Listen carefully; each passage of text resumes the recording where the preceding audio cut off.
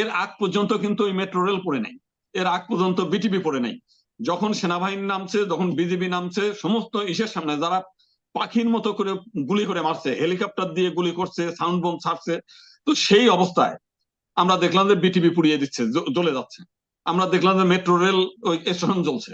এবং পরবর্তীকালে সিসিটিভির মানে তখন তারা নেট বন্ধ করে দিচ্ছে, যাতে কারা কি করছে এটা যেন মানুষ ভিডিও করে এটা না ছাড়তে পারে।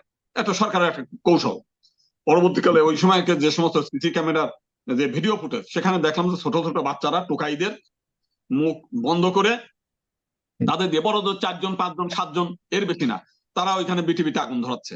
তো এই 5 জন তো মানে বিটিভির গেটে যে দারোয়ান আছে, মানে আনসার আছে, ওরাই ঠেকাতে পারে, পুলিশ ঠেকাতে পারে, সেনাবাহিনী ঠেকাতে পারে, কেউ ঠেকাচ্ছে না। তারা ছাত্র মারতেছে, কিন্তু বিটিভির ভবন রক্ষার জন্য কোনো সেনাবাহিনী নাই, পুলিশ বাহিনী নাই, অথচ তার পাশেই পুলিশ দাঁড়িয়ে আছে, বিডিআর মানে বিজেপি দাঁড়িয়ে আছে।